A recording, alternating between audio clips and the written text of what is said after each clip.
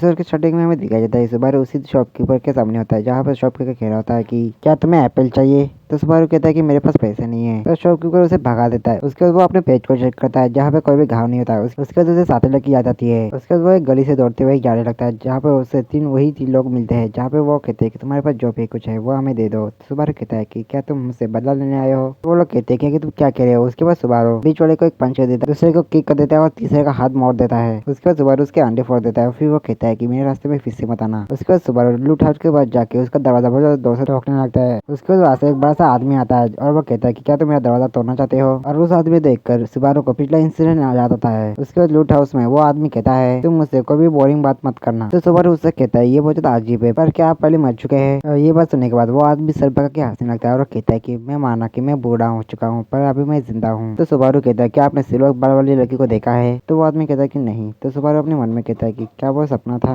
उसके बाद वो आदमी सुबारू से पूछता है कि आखिर तुम यहाँ क्या करने हो। तो सुबारू कहता है कि मैं यहाँ इंसिग्निया को ढूंढ रहा हूँ जो कि उसी सिल्वर कलर बाल वाली लड़की का है जिसने मेरी मदद की थी। तो वो आदमी कहता है कि माफ करना मुझे इसके बारे में कुछ भी नहीं पता, लेकिन कोई है जो यहाँ पे सामान लेके आने वाला है। शायद उसके पास तुम्हारा भी सामान हो पर तुम उसे अफोर्ड कर सकते हो ये अलग बात है। तो सुबारू कहता है कि मैं पूरी तरह से कंगाल हूँ पर मेरे पास कुछ ऐसी चीजें जिन्हें मैं ट्रेड कर सकता हूँ। उसके बाद सुबारू उसे एक चिप का पैकेट देता है। तो वो आदमी बिना सोचे उस चिप को पैकेट को खा लेता है और वो चीज उसे बहुत ज्यादा पसंद आती है। फिर सुबारू कहता है कि तुम्हें उसे खाने के लिए किसने कहा था। तो वो आदमी कहता है कि मैं जान चुका तुम्हारे पास क्या है तो तुम बस फेल का आने का इंतजार करो। उसके बाद शाम हो जाती है जहाँ पे सुबारू हमारे एक जगह पे बैठा हुआ है और वो अपने मन में कह रहा था कि हर दुनिया में बिना पैसों वाले और पैसे वाले लोग होते हैं उतने वहाँ पे फेल आ जाती है। और फील्ड पे आने के बाद सुबारू से कहता है कि आखिर तुम आ गई। तो फेल उसे पूछती है कि क्या तुम्हें मुझसे कोई काम है। तो सुबारू से कहता है कि क्या तुम मुझे नहीं जानती। तो फेल उसे कहती है कि मैं बहुत सारे लोगों से मिलती हूँ मैं सबके नाम याद नहीं रख सकती। तो सुबारू उसे कहता है कि छोड़ो उसे, मैं तुम्हारे पास जो इंसिग्निया है मैं उसे नेगोशिएट करने आया हूँ। और वही पे जो फेल होती है वो नेगोशिएट करने के लिए मान जाती है। उसके बाद वो लूट हाउस के दौड़ के पास आके पासवर्ड बोलती है। पासवर्ड सुनने के बाद वो आदमी दरवाजा खोल देता है। उसके बाद फेल दूध पी के कहती है कि रॉन्ग तुमने क्या इसमें पानी मिलाया है। और वही पर सुबारू कह रहा होता है कि मैंने जितना सोचा था तुम दोनों उससे भी ज्यादा क्लोज हो। फिर फेल कहती है कि सुबारू का जो चेहरा है वो रॉन्ग जितना डरावना है। तो सुबारू कहता है कि लोगों ने मुझे बहुत कुछ कहा है पर ये वाला सबसे अलग था। तो फेल कहती है कि मैं बस मजाक कर रही थी, वैसे तुम मुझे कितने पैसे देने वाले हो। तो सुबारू कहता है कि पहले मुझे दिखाओ कि तुम्हारे पास इंसिग्निया है कि नहीं। तो फेल उसे दिखा देती है। उसके बाद सुबारू कहता है कि मेरे पास पैसे तो नहीं है पर मेरे पास ये है। और ऐसा कहकर वो अपना सेलफोन दिखाता है और वो कहता है कि ये एक मैजिकल डिवाइस है जो अपने अंदर टाइम को रोकता है। उसके बाद वो उनकी दोनों की फोटो खींचता है जिसकी वजह से वो दोनों सुबारू पे गुस्सा हो जाते हैं। फिर सुबारू उन दोनों को उनकी फोटो दिखाता है पर वो दोनों समझ नहीं पाते कि ये किस तरह का जादू है। तो सुबारू कहता है कि ये डिवाइस किसी भी मोमेंट को अपने अंदर रोक सकता है। इस चीज को देखकर रोम कहता है मैंने ऐसा कुछ सुना है कि जिस डिवाइस को मैजिक यूजर यूज करते हैं उससे मिटिया कहा जाता है। तो फेल कहती है कि भला इस मिटिया से मेरा क्या फायदा। तो रोम कहता है कि मैंने भी इस मिटिया को पहली बार देखा है पर बिना किसी शक के ये मिटिया उस इंसिग्निया से भी ज्यादा महंगा है। तो सुबारू कहता है तो डील पक्की। और जो फेल होती है वो बताती है कि कोई और एक है जो इसे खरीदना चाहता है और उसी के कहने पे मैंने ये चोरी किया था और उसने मुझे कहा था कि वो मुझे टोटल 10 हॉलीकॉर्न देगी। तो सुबारू कहता है कि मुझे नहीं पता कि 10 हॉलीकॉर्न कितने होते हैं। तो रोम बताता है कि इस चीज के तो 20 हॉलीकॉर्न से भी ज्यादा लोग देंगे। उसके बाद सुबारू पूछता है कि तुम्हारा क्लाइंट कहाँ पे आने वाला है। तो फेल उसे बताते है कि यहीं पर, अगर मैं अकेले जाऊंगी तो मुझे ठग सकता है, इसलिए नेगोशिएशन का काम रोम करता है। और उसी वक्त कोई तो दरवाजे पे नॉक करने लगता है इसलिए फेल डोर ओपन करने के लिए जाती है। उधर सुबारू कहता है कि वो आपका इस्तेमाल कर रही है तो आपको कोई प्रॉब्लम नहीं है। तो रोम उसे कहता है कि मैं उसे काफी टाइम से जानता हूँ इसलिए मैं उसकी मदद करता हूँ और यहाँ पर सभी लोग जीने के लिए डिस्परेट है इसलिए यंग बच्चे किसी के साथ भी मिल जाते हैं सफाई करने के लिए। पर फेल ने ऐसा करने से मना कर दिया इसलिए मुझे उसका ख्याल रखना पड़ता है। उसके जो फेल की क्लाइंट होती है वो अंदर रहती है। उसके बाद वो कहती है कि मैं इस बूढ़े आदमी को जानती हूँ पर ये लड़का कौन है। तो फेल उसे बताती है कि सुबारू उसका राइवल है और जो ज्यादा बॉली लगाएगा उसे इंसिग्निया मिलेगा। उसके बाद वो लड़की कहती है कि तुम कितने की बॉली लगाने वाले हो। तो सुबारू कहता है कि मेरे पास ये मिटिया है और इसकी कीमत 20 हॉली कॉइन से भी ज्यादा है। तो ऐसा कहती है कि ऐसा कुछ होने वाला था इसलिए कि मेरे क्लाइंट ने एक्स्ट्रा फंड के साथ मुझे भेजा था। तो सुबारू कहता है कि तुम भी इसे किसी और को देने आ रहे हो। तो ऐसा कहती है कि क्या तुम भी मेरे जैसे एक बिजनेस में हो। तो सुबारू कहता है कि मेरा बिजनेस है बेरोजगारी। उसके बाद फेल कहती है कि इस लड़के ने बहुत ज्यादा बोली लगाई इसलिए ये लीड में है। तो ऐसा बहुत सारे हॉलीकॉर्न निकालती है जो होते हैं टोटल 20 होते हैं। तो रोम कहता है कि इस मिटिया की कीमत उससे कोई ज्यादा है इसलिए ये लड़का जीत जाता है। और ये बात सुनने के बाद सुबारू बहुत ज्यादा खुश हो जाता है। तो ऐसा कहती है कि अब कुछ नहीं हो सकता और ऐसा कहकर वो ऐसे जाने लगती है। और फिर वो जाते वक्त सुबारू से पूछती है कि अब तुम इस इंसिग्निया का क्या करोगे। तो सुबारू कहता है कि मैं इस चीज को उसके मालिक को वापस कर दूंगा। तो एल्सा कहती है कि अच्छा तो तुम उनकी तरफ से हो। और जो फेल होती है वो सुबारू को नीचे गिरा देती है क्योंकि एल्सा ने उसके ऊपर अटैक किया होता है। उसके बाद जो रोम होता है वो एल्सा के ऊपर अटैक कर देता है पर एल्सा उसे आसानी से डॉज कर लेती है। पर जो रोम होता है वो उसके ऊपर कंटिन्यू से अटैक कर रहा होता है और वहीं पर एल्सा उसे डॉज करी होती है। उतने में सुबारू कहता है कि ये तो बुरा हुआ। तो फेल कहती है कि चिंता मत कर, रोम हार नहीं सकता। उसके बाद जो रोम होता है वो एल्सा के ऊपर पूरी ताकत से अटैक करता है पर जो एल्सा होती है उसका हाथ काट देती है। उसके बाद रोम कहने लगता है कि मैं तुम्हें साथ लेके मारूंगा। पर जो एल्सा होती है वो एक टूटा हुआ ग्लास लेके उसके गले में मार देती है, जिसकी वजह से वो मारा जाता है। और ये चीज देखकर फेल को ज्यादा गुस्सा आता है, इसलिए वो उसके ऊपर अटैक कर देती है। तो एल्सा उसे कहती है कि तुम बहुत तेज हो पर मैं तुम्हें देख सकती हूँ। और ऐसा कहने के बाद एल्सा फेल को भी मार देती है। और वही बस सुबारू ये सब देख के वो ज्यादा डर चुका था। फिर एल्सा कहती है कि वो दोनों तो मार चुके हैं, अब क्या तुमने हार मान ली। पर सुबारू उसके ऊपर अटैक कर देता है, पर एल्सा उसे किक करके उसे पीछे ढकल देती है। उसकी वजह सुबारू होता है उसे पिछली रात की बातें याद आती है।